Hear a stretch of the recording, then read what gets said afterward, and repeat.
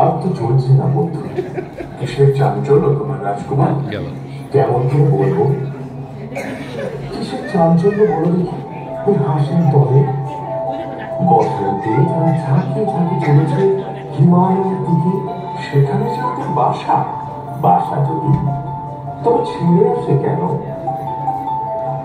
না, উন্মারানন্দ, অকারণ আনন্দ। তুমি করতে চাও? চাই বলছি। বুঝতেই পারিনি তোমার কথা। তুমি বুঝতে পারবে না। বুঝতে পারবে না রাজপুত্র। তুমি কি সব বাজে কথা বলছো? মনের আসল কথাটা লুকিয়েছ।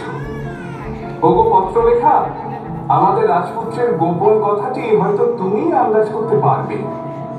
একবার শুধিয়ে দেখো না।